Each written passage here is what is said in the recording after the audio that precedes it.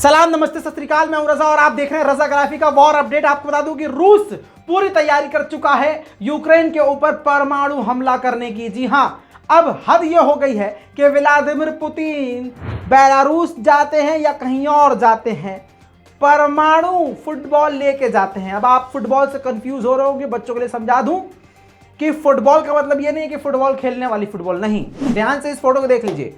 इसमें पुतिन के साथ बराबर में एक व्यक्ति चल रहा है, उसके हाथ में एक ब्लैक कलर का बैग है। जी हां, अब इस बैग में क्या होता है आप जान लीजिए। इस बैग के अंदर किसी देश के प्रेसिडेंट के पास, ऑब्वियसली उस देश के पास जिसके पास परमाणु हो, ये बैग उन देश के पास होता है, उन देश के प्रेसिडेंट के पास होता है जिनके पास परमाणु होता है। और वो जहां जाते हैं जंग के दौरान या कोल्ड वॉर के दौरान, जहां भी जाते हैं दूसरे देश, ये अपने साथ एक सैनिक होता है या इनका कोई वफादार होता है, उस बैग को साथ लेकर चलता है।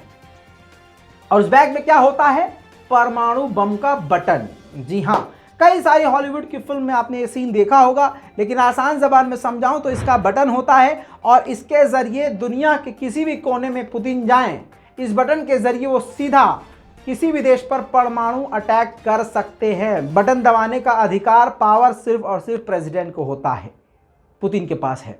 अब आपको बताऊं कि बेलारूस पहुंचे थे। जी हां, बेलारूस जब व्लादिमीर पुतिन पहुंचे हैं सीक्रेट मीटिंग के लिए, और हो सकता है ये कई बार भी गए हों, रिपोर्ट ऐसी भी आ रही है, तो व्लादिमीर पुतिन इस परमाणु फुटबॉल के साथ गए हैं, यानी परमाणु बटन को साथ लेके गए हैं, जिससे यह साबित होता है कि रूस काफी ज्यादा गुस्से में है। दोस्तों, इसी के साथ रूस को बड़ी कामयाबी हाथ लगी है। रूस ने दावा किया है यूक्रेन के 1026 सैनिकों ने रूस के सामने सरेंडर कर दिया है। जी हां, बताया यह गया है कि ये आम सैनिक नहीं, मरीन यानी नेवी के सैनिकों ने, यूक्रेन के नेवी ने सरेंडर किया है। अब दोस्तों कहानी थोड़ी सी पलटेगी। कहानी अब यह है कि ज़ेलेंस्की ने यानी यूक्रेन ने पुतिन को ऑफर दिया है। किसके नाम पर? रूस के ये सीनियर कमांडर हैं जो कि यूक्रेन की गिरफ्त में हैं, और इनकी बेटी के लिए, इस सैनिक की बेटी के लिए पुतिन गॉडफादर हैं। पुतिन ने उनकी बेटी के लिए बहुत कुछ किया है और इनको भी बहुत कुछ रूस में दिया है, यानी बहुत करीबी हैं। अब ये यूक्रेन के हत्थे लग चुके हैं और इनके बदले यूक्रेन के ज़ेलेंस्की प्रेसिडेंट ने कहा है कि पुतिन साहब, हमको अमेरिका हथियार भेजने वाला है और भी, जिसके बाद आपका हमारे सामने टिकना मुश्किल है। तो बेहतर यह है कि इस इंसान के बदले हम इसको पहले छोड़ेंगे, इसके बदले आपने यूक्रेन के जितने भी नागरिकों, सैनिकों और लोगों को गिरफ्तार किया है, सबको रिहा करें। हालांकि व्लादिमीर पुतिन का ऐसा कोई इरादा नहीं है। व्लादिमीर पुतिन की हरकतों और तेवरों से यह नहीं लग रहा है कि यूक्रेन की किसी भी बात को वो मानने वाले हैं। एक तरफ तो अमेरिका की धमकी दे दी कि भाई अमेरिका हमें हथियार दे रहा है, दूसरी तरफ अगले ही पल रोना भी शुरू किया जब अगला हमला रूस ने कर दिया। यूक्रेन के ऑफिसर ने कहा है कि हमारे क्षेत्र में न जाने कैसा हमला रूस ने पता नहीं किस चीज का इस्तेमाल किया है, जिससे आम लोगों की हालत काफी खराब हो गई है। सांस लेने में तकलीफ, चेहरा लाल, बदन में सूजन और तो और बीपी की दिक्कत, और इसके अलावा कई सारी दिक्कतों का सामना यूक्रेन के नागरिकों को करना पड़ रहा है। लग ये रहा है कि केमिकल वेपन का इस्तेमाल रूस ने शुरू कर दिया है। दोस्तों, दूसरी तरफ अब बाइडेन ने फिर से रूस को आड़े हाथों लेकर कहा है कि रूस जो जेनोसाइड कर रहा है उसको हम बर्दाश्त नहीं करेंगे। बस इसी पर फौरन रूस के क्रेमलिन ने फौरन जवाब दिया और पलट कर कहा कि ये जो जेनोसाइड वर्ड इस्तेमाल किया है हम इसको बर्दाश्त नहीं करेंगे, जो कि सरासर गलत है। अब आपको बता दूं कि बाइडेन के इस बयान को फ्रांस ने आड़े हाथों ले लिया और फ्रांस के थोड़े से तेवर भी नरम पड़े हैं। फ्रांस ने एक बार फिर से रूस की तरफ से नरमी दिखाते हुए बाइडेन का ये जेनोसाइड वाला जो बयान दिया रूस के लिए उन्होंने, तो उसके लिए बोला किसने?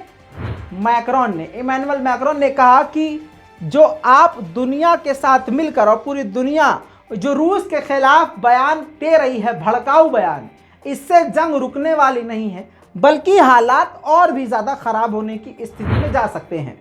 अब इन सब चीज़ों को भाई साहब एक तरफ रख दीजिए। अब आपको बताऊं सबसे बड़ी धमकी क्या दी है रूस ने। रूस ने सीधी चेतावनी दे दी है, वार्निंग जारी कर दी है और अलर्ट जारी कर दिया है अपने सैनिकों को।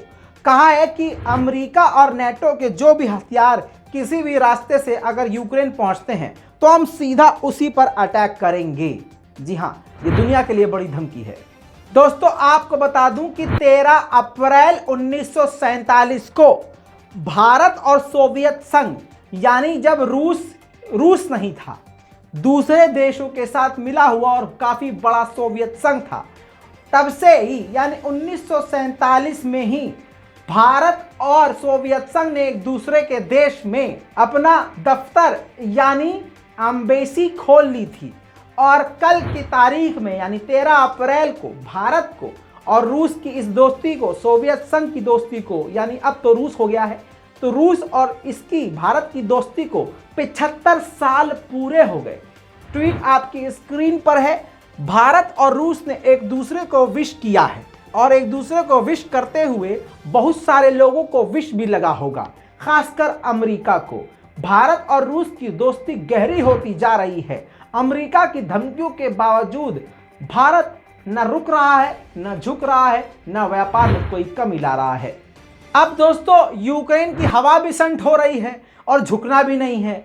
हालत ऐसी हो गई है कि ज़ेलेंस्की अब दुनिया के सामने हाथ जोड़े भीख मांग रहे हैं कि सारी दुनिया हमारी मदद करे, हमको हथियार दे, वेपन दे, ये दे, वो दे। स्पेशल रिपोर्ट बनाई है भाई साहब उन्होंने, देखिए। Artillery 155 millimeters, artillery shells 152 millimeters, as many as possible.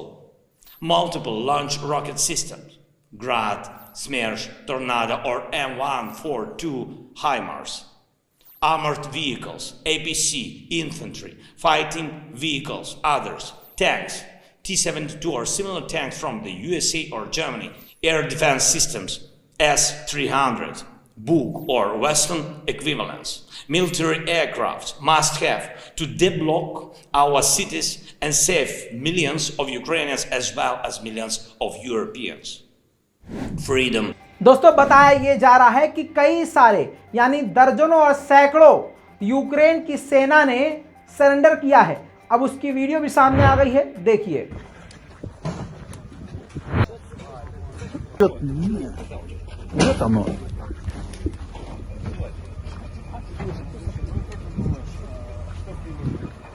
Помните про Путина слова?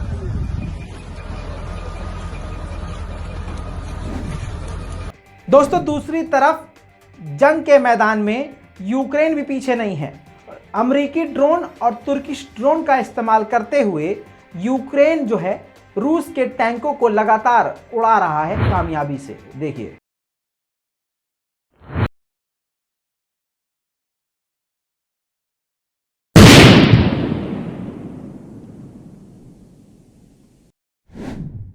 आखिर क्यों रूस ज्यादा भड़क रहा है?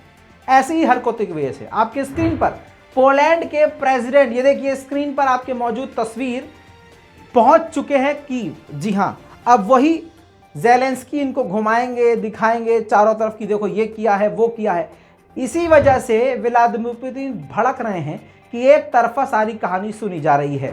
इतना ही नहीं दोस्तों, पोलैंड, इस्टोनिया, लिथुआनिया और लातविया के प्रेसिडेंट और प्रधानमंत्री भी वहां पर मौजूद हैं। अब आप स्क्रीन पर देख लीजिए, सारी तस्वीरें आपको दिखा दी हैं, सारे सबूत। मतलब सारे यूरोप के जो प्रधानमंत्री हैं, नेता हैं, बड़े बड़े दिग्गज, वो सभी सिर्फ और सिर्फ यूक्रेन ही जा रहे हैं और यूक्रेन की ही बातों को सुन रहे हैं। तो इस पर व्लादिमीर पुतिन का भड़कना तय है।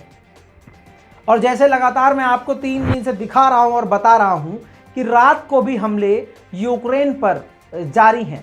अब कैलिबर मिसाइल, लगातार 6 कैलिबर मिसाइल यूक्रेन पर रूस ने दागी हैं।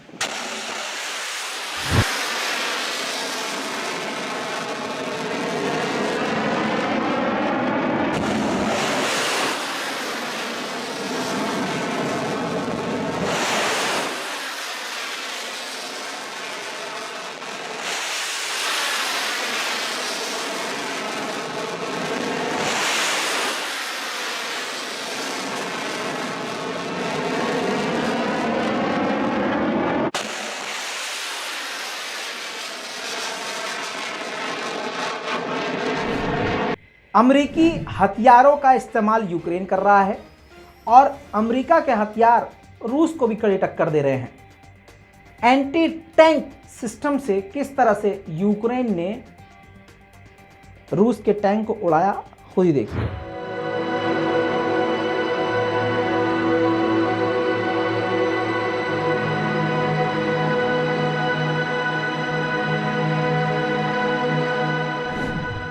दोस्तों, इस पूरी रिपोर्ट पर आपकी क्या राय है, अपनी राय कमेंट में जरूर लिखिए।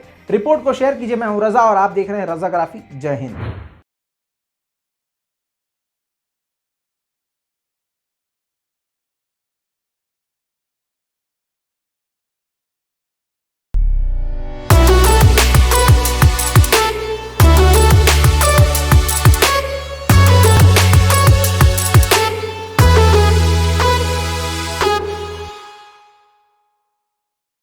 तो दोस्तों, ये हैं वो लोग जिन्होंने बहुत हमारी मदद करी है और इन सभी का तहे दिल से शुक्रिया।